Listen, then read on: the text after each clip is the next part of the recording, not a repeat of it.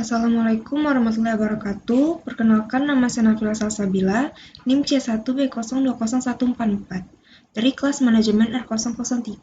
Di sini saya akan membuat tugas dari mata kuliah Manajemen Keuangan yang berjudul Perencanaan Jangka Pendek atau BEP. Yang pertama, pengertian perencanaan jangka pendek. Secara umum, pengertian perencanaan adalah suatu proses menentukan hal-hal yang ingin dicapai atau tujuan di masa depan serta menentukan berbagai tahapan yang diperlukan untuk mencapai tujuan tersebut. Perencanaan atau planning dapat juga didefinisikan sebagai suatu kegiatan yang terkoordinasi untuk mencapai tujuan tertentu dalam kurun waktu tertentu.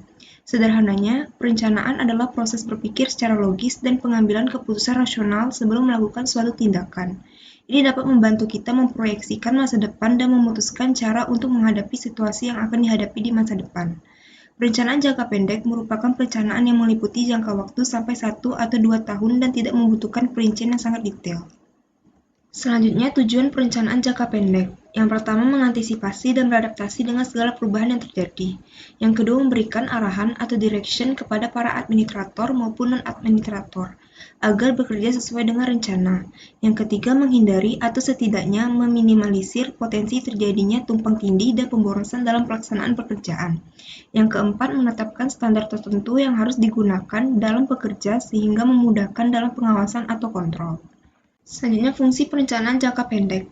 Supaya fungsinya dapat berjalan secara pasti dan dapat mencapai hasil sesuai dengan harapan, Anda harus membuat susunan pertanyaan dan harus pula mengerti jawabannya. Yang pertama, what? Apa saja tujuan yang hendak dicapai organisasi atau perusahaan? Yang kedua, why? Mengapa hal tersebut menjadi tujuan organisasi atau perusahaan? Yang ketiga, where? Di mana saja lokasi yang dianggap tepat untuk mencapai tujuan-tujuan tersebut? Yang keempat, when? Kenapa pekerjaan harus terselesaikan agar step tersebut dapat tercapai? Yang kelima, who? Siapa saja pihak-pihak yang akan terlibat dalam pelaksanaannya? Dan yang terakhir, how? Bagaimana metode atau cara pelaksanaan pekerjaannya dalam mengupaya tujuan organisasi? Dari beberapa susunan pertanyaan tersebut, dapat ditarik kesimpulan bahwa perencanaan difungsikan untuk mencapai sebuah efisiensi dan efektivitas dalam sebuah kegiatan organisasi. Dengan demikian, pihak-pihak yang melakukannya dapat melakukan upaya identifikasi berbagai hambatan yang mungkin akan terjadi dalam mencapai tujuan. Kemudian dapat pula dilakukan sebuah koreksi apabila terjadi penyimpangan sehingga dapat diatasi dengan segera dan dapat dikendalikan dengan baik. Selanjutnya, manfaat perencanaan jangka pendek.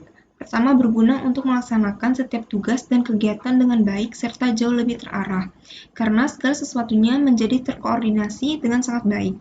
Yang kedua, sebuah rencana yang dibuat berdasarkan hasil penelitian tentu saja akan memberikan hasil yang akurat, sehingga risiko kesalahan dapat diminimalisir dengan sangat baik.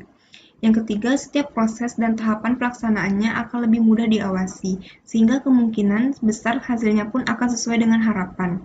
Yang keempat, dapat digunakan sebagai bentuk pedoman untuk melakukan berbagai aktivitas atau tindakan pelaksanaan, sehingga setiap pihak yang memiliki pandangan yang sama untuk mencapai tujuan yang dimaksudkan.